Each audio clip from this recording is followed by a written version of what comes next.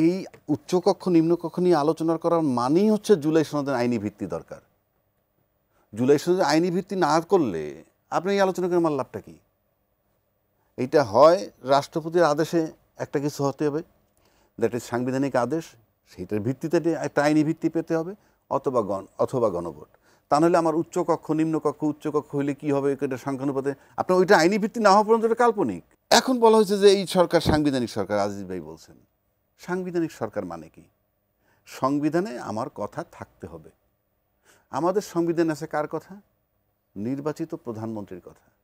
তো যেই সংবিধানের মধ্যে আমার কথা বলা নাই, মানে আমার কথা বলতে অন্তর্বর্তীকালীন সরকারের কথা বলা নাই, সেই সংবিধান তো সে অপারেট করতে পারতেছে না। আপনি কীভাবে অপারেটটা করবেন কীভাবে? আমার কথা তো এখানে বলা নাই, এই কোম্পানির এমডি হিসাবে আমার নাম নাই, তাহলে আমি এই কোম্পানিটা চালাবো কেমনে? Very simple. এবং সে হইল অন্তর্বর্তীকালীন সরকার, তাকে রাষ্ট্রপতি ওত দিছে অন্তর্বর্তীকালীন সরকার হিসাবে। অন্তর্বর্তীকালীন সরকার একটা, আর আমাদের যে সংবিধান যেটা আছে সেটা আর একটা। এটা হলো প্রধানমন্ত্রী শাসিত, যেখানে প্রধানমন্ত্রী থাকতে হবে, তাইলে পরে এই সংবিধানটা চলবে।